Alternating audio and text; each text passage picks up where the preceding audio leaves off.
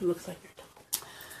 Well, so we had some problems with cameras this morning, but I think we might be okay right now. So, good morning. My name is Pat Kelly, and I am the president and the CEO of the Ebony Horsewomen. And this morning, I'm going to kind of give you an idea about equine-assisted therapy and what it is that we do here and how it works. This is a very exciting piece for us because now we're able to hopefully reach a wider audience to talk about what we actually do at Ebony Horsewomen and how we use horses to affect change, which is what we do. It is commonly known that Ebony Horsewomen teaches kids how to ride, and mechanically, absolutely, that is what we do, but that is not the focus. So to kind of break this down a little bit, I'm going to go backwards and kind of give you a little short snippet of the Ebony Horsewomen and how we got founded and how the heck we got into equine-assisted therapy, which is the topic that we're talking about today. So the Ebony Horsewomen was founded in 1984, and it was founded by myself. And it came from an experience of horses from an early age of 9 years old, right here in Hartford. My parents bought a house from a woman who was known to have been a Holocaust survivor by the name of Betsy Kaplan. And Betsy Kaplan sold my parents a house in a predominantly white neighborhood. And there was some controversy about that, if you can imagine, 1950s. But right next door to the property that we owned was a Jewish grocer who had a horse. And on one particular day, neighbors had gotten together a petition to ask Mrs. Kaplan, why did she sell my parents this property without talking to them? There was a big hoopla out in front of the house, and I was watching this from a side of the house, and this Jewish grocer beckoned me to come to him, and he was standing next to probably the only horse I had ever seen in my life. It was certainly the biggest one I'd ever seen, if not the only. And he said to me, "Little girl, do you like the horse?" And I nodded yes, and he said, "Come." And I crawled through this little raggedy fence that separated our property, and he handed me a brush, and it was a wrap. And that Jewish grocer and this horse absolutely changed the trajectory of my life to where I am today operating the Ebony Horsewomen. So after, you know, the usual things that you do, you go to school, you graduate from school. I didn't go right to college because in those days, if you didn't have money to attend college, you just couldn't go. So I went to the Marine Corps to get the GI Bill so that I could go to college. And Hank come home, get married, have children, and decided I had a bucket list. And the bucket list was to reconnect with horses. There was an organization in Hartford already called the Ebony Horsemen. Some of you may know them. If you happen to be of the generation that I am, you would know the Ebony Horsemen. They were quite a group of black men that were in the community. And you could find their horses tied up outside the Majestic Lounge any day of the week. They were a hearty bunch. And but now we were coming up into the late 1970s, and many of them had gotten up in age, gotten rid of their horses. But there was still one who had a farm in Glastonbury and 3 horses, and his name was Eddie Merritt. His nickname was Puddinhead. And I approached Puddinhead about reconnecting with horses, and it was actually at Puddinhead's home that I founded the Ebony Horsewomen, actually on his living room floor.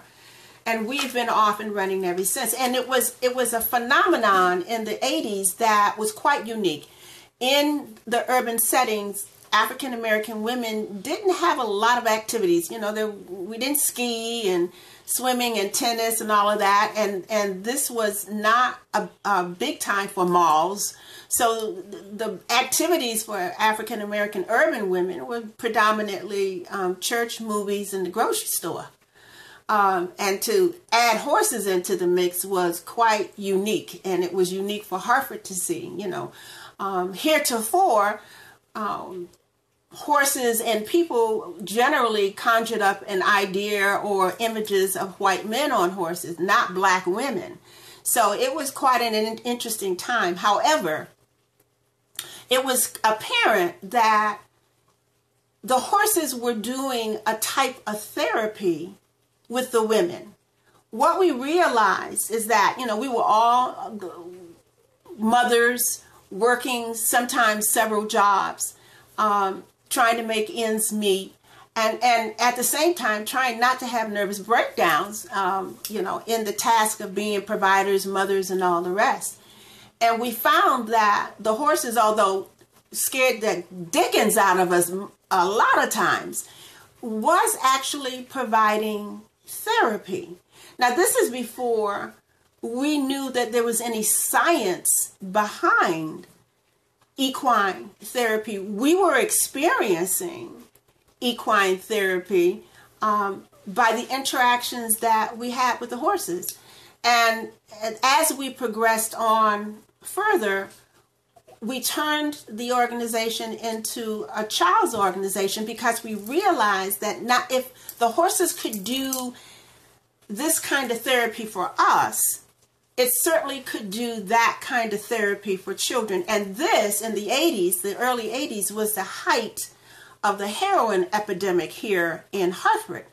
And John Wardlaw, the late John Wardlaw, again, and if you're of my generation, you would know who he is, was the head of the Hartford Housing Authority. And we wanted to bring horses to the projects. And he gave us that permission to do that. But we would have to clean the needles out of the grass before we could even unload the horses, because it was just that bad here in Hartford. But once we did unload the horses did what it was doing for us, and it provided therapy. I'll tell you a story. There was this one young boy, and I have no idea how this kid found out where we were. But we would go to a particular housing project, and this young boy would show up, and he would say, "Lady, can I help you?" And well, if you know me, if you come around here and say you need, can I help you? I'm going to put you to work. So I said, yeah, get all the kids lined up, get them away from the horses, and when we're ready to give them rides, I want you to help me organize that. And he was excellent at that. I mean, he would get them organized and stand in straight lines, and you can't stand behind the horses because you'll make them scared and they might kick or something. He was great. And at the end of the session, we would pack up and take the horses, and the following weekend, we'd bring them to another housing project, and this kid would show up again, and not thinking about, how was he getting around. He would go right to work and get the kids all organized and lined up, and we'd pack up, and I'd say to him, his name was Cedric, I'm gonna take you home. Oh, no, you don't have to take me home. I live right around the corner. I said, okay, all right, well, make sure you get home, okay? We'd go to another housing project across the city, and Cedric would show up, and he'd go to work and do his same thing, and we'd pack up and say, okay, I'm going to take you home. Oh, no, that's okay. I live right around the corner. I said, wait a minute. There's too many corners, baby. You've been at every housing project we've been in, and every time we want to take you home, you live right around the corner. Where do you actually live? As it turned out, Cedric didn't have a home. Cedric lived in basements, in apartment hallways. He didn't have a home, but he found a purpose, a job, an importance with being with us with these horses. The short of that story is that we connected Cedric with the Salvation Army, and they found housing for them, and then eventually a foster home. But this was the beginning of some interesting information for us about how it was going to work with children. So equine-assisted therapy is what it is. It uses horses to affect a change. And in order to do this on a technical scale, you do need a mental health professional. Now here at Ebony Horsewomen, we have 3 therapists. Not only do we have 3 therapists, we have 3 MSWs and a CNA. We get kids here who have serious diagnosis. And some who have had behavioral problems, emotional problems, problems at home, problems in the city, problems in the street, problems in school, problems with the police. And we get some kids here who've never had any problems whatsoever and probably never will on the order of some of the other children. But in today's society, with all that is going on, most, if not all, kids need help in coping with the environmental factors of today's society. Not only that, with this wonderful information age that we're in, that I'm using today, it is giving these kids information that in my generation I didn't get until I was grown. But today, these kids are being provided this information at a very young age, and their young minds really don't have the capacity to manage all this information and to accurately respond to it. And so what you have, along with other environmental conditions, are children who are having emotional problems. They are being diagnosed with PTSD. They trauma based on, you know, where they live and the economic conditions. And even for those who have the best support systems, the brightest futures, the best structures, today's society with overachieving or what have you is very stressful for these children.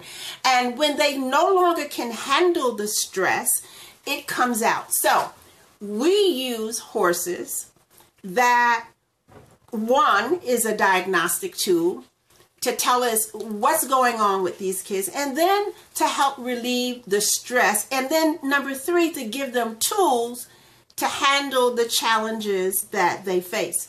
Now, so you may ask the question, why horses? Well, horses are magnificent, but they're extremely sensitive. So in terms of classifications, there are predators and there are prey animals. Some of your predators are your wolves, dogs, big cats, and mankind. Mankind is the biggest predator on the planet. We hunt and kill everything.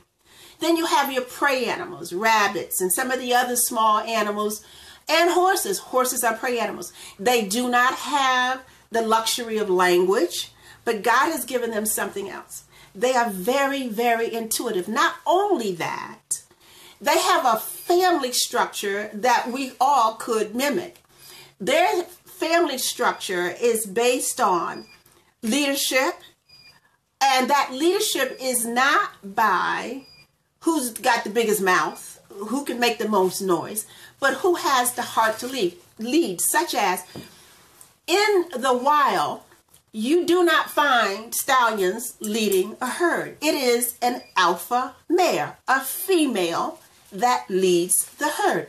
The stallion stays on the outskirts of the herd to protect the herd, but it is that alpha female that is leading the herd. Their family structure are such that when the alpha has been established, there will be no competition to that.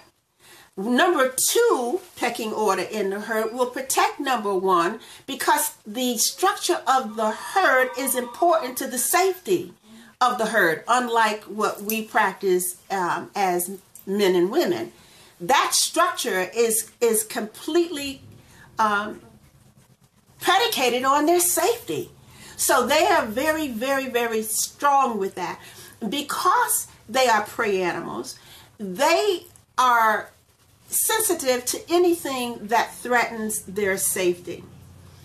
Anything that is out of their norm of making them feel safe. So, for instance, if I present anybody in front of a horse who's full of chaos and anger and confusion, that horse does not want to be anywhere near that environment. It threatens its safety.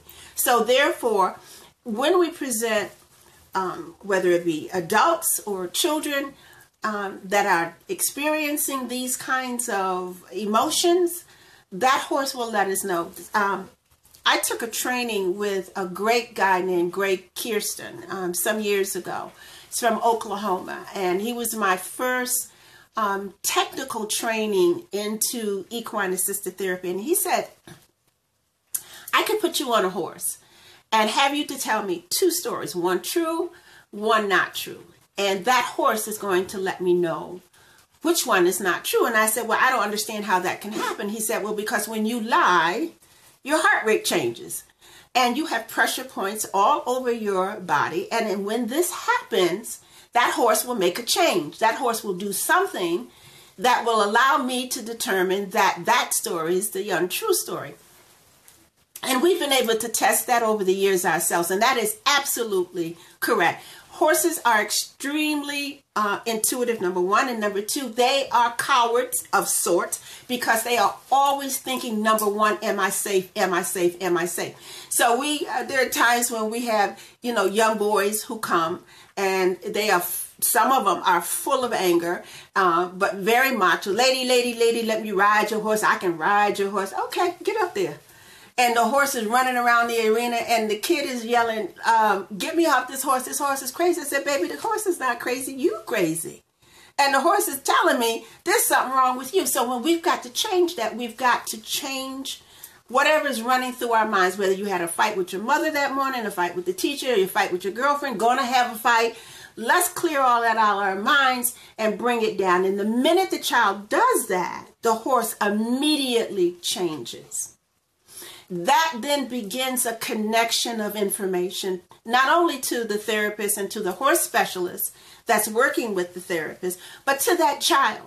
That when I change my mind, when I change the thought processes that are running through my mind, when I change the negativity, it immediately changes the outcome of this 11, 12, 1,300 pound animal between my legs. This horse now is the external community. It is beginning to show this child that if by the way I think, if I can change this massive horse underneath me, what else can I change?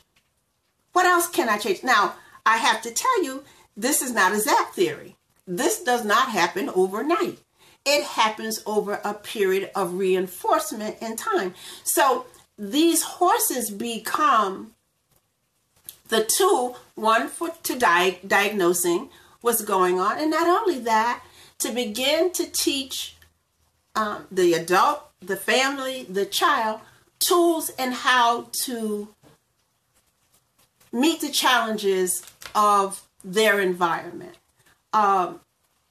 We cannot teach the child how to change the environment.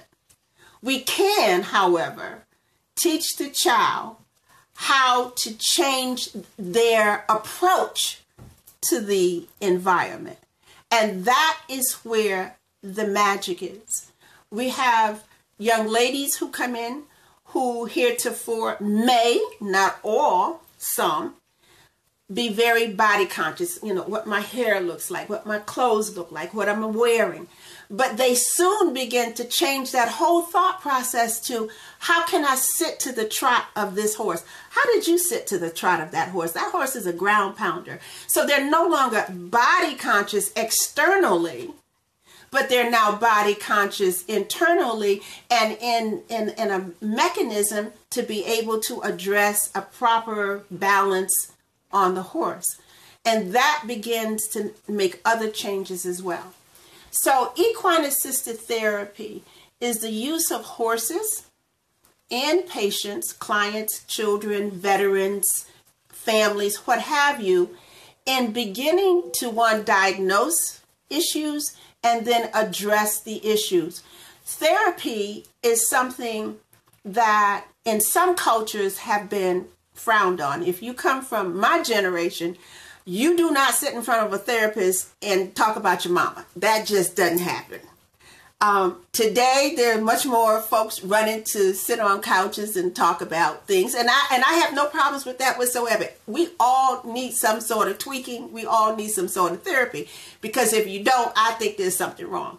My mama used to say that the people in the crazy house are the same ones, and those of us on the outside are the crazy ones, because they responded to something tragic in their life, and we can hear tragedy over and over and over again and never even flinch. So they're the same ones, we're the crazy ones. I don't know. May have some truth in that. But I do know that with the conditions under which that we live in every day, we get stressed. And that is when we might need therapy. And therapy can be done in a lot of different settings. I really like the equine-assisted therapy because it is therapy without stigma. No one knows who's here for a specific therapy with horses. They all receive the same kinds of services, and the horses are non-judgmental. They are non-judgmental. So this is a very important way, and again, as I said, therapy without stigma. To get to some tools. And the point of therapy is not that the therapist tells you what your problems are. I think you're crazy because of this. I think you're off kilter because of that. The rule of the therapist is for you to find your answers and you to locate those answers. And that is what horses help us do. They can't talk. They cannot talk back to us, but they respond through their bodies. And this intuitive sixth sense that they have, they know what you're feeling. We've had so many kids who have come here who have been depressed and sad, and these horses understand immediately before the humans understand it. The horses understand it, and they calm down. And it's like they're saying, I understand. I understand. It's okay. It's okay. So equine-assisted therapy is a wonderful approach to receiving therapy, and it works well for children and adults. We've done family therapy. We've done veterans who needed to have that, and it can be done in two methods. It can be done on a horse. It can be done with ground activities with a horse and not being on a horse. But I can bet you this. After the session, even if you don't come to the answer of why this is happening and why you're responding that way, there will be a reduction in stress, because that is what allows this whole magic to happen. When you are united with a creature like an animal, a horse, that is nature to nature. That is soul to soul. You don't have to impress this horse with your ability to speak. All you have to do is be. And if you are your authentic self with this horse, you will remember the peace and serenity that you get as you approach this horse and afterwards. In the coming months, we, Ebony Horsewomen, will be giving therapeutic sessions, and I would encourage you to come out and try. I'm not going to put you on a horse if you don't want to be on a horse. We can do a lot of stuff on the ground. You never have to get on a horse. But I will say this to you.